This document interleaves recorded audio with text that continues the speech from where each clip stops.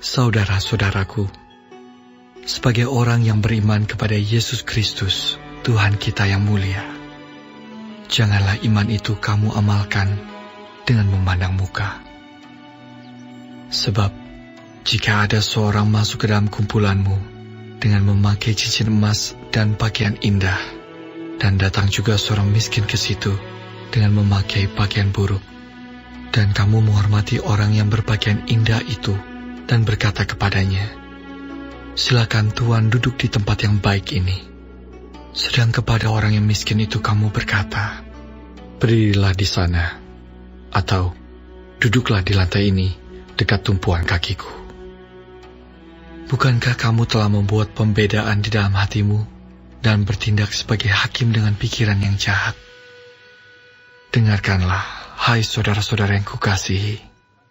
Bukankah Allah memilih orang-orang yang dianggap miskin oleh dunia ini untuk menjadi kaya dalam iman dan menjadi ahli waris kerajaan yang telah dijanjikannya kepada barang siapa yang mengasihi Dia?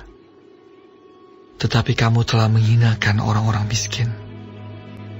Bukankah justru orang-orang kaya yang menindas kamu dan yang menyeret kamu ke pengadilan? Bukankah mereka yang menghujat nama yang mulia, yang olehnya kamu menjadi milik Allah? Akan tetapi, jikalau kamu menjalankan hukum utama yang tertulis dalam kitab suci, kasihilah samamu manusia, seperti dirimu sendiri, kamu berbuat baik. Tetapi jikalau kamu memandang muka, kamu berbuat dosa, dan oleh hukum itu menjadi nyata bahwa kamu melakukan pelanggaran. Sebab barang siapa menuruti seluruh hukum itu, tetapi mengabaikan satu bagian daripadanya, ia bersalah terhadap seluruhnya. Sebab ia yang mengatakan jangan berzina, ia mengatakan juga jangan membunuh. Jadi jika kamu tidak berzina, tetapi membunuh, maka kamu menjadi pelanggar hukum juga.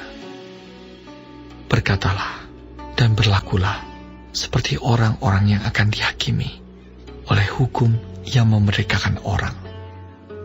Sebab penghakiman yang tak berbelas kasihan akan berlaku atas orang yang tidak berbelas kasihan, tetapi belas kasihan akan menang atas penghakiman.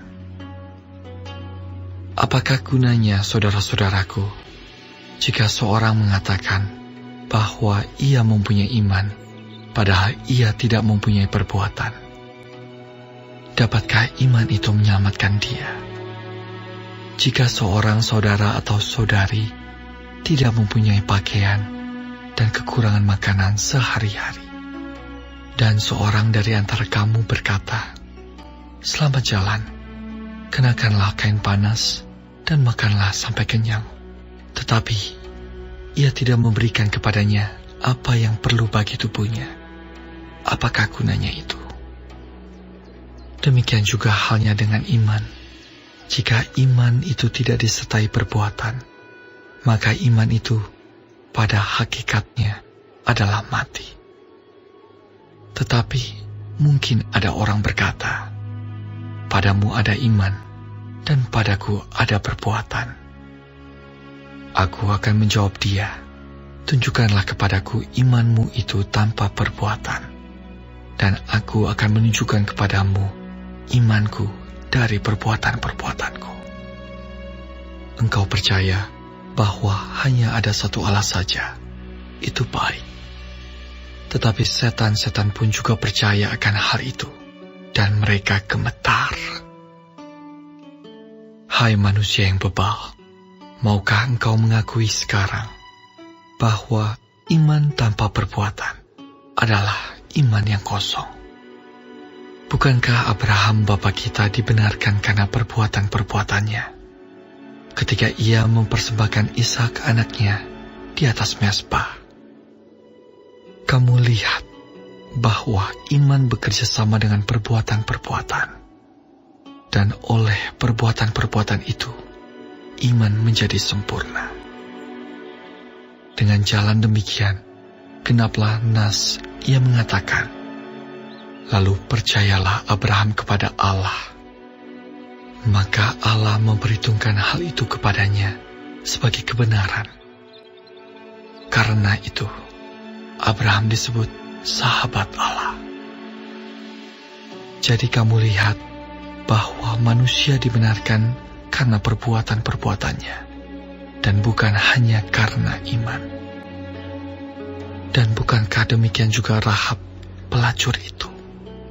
Dibenarkan karena perbuatan-perbuatannya ketika ia menyembunyikan orang-orang yang disuruh itu di dalam rumahnya, lalu menolong mereka lolos melalui jalan yang lain.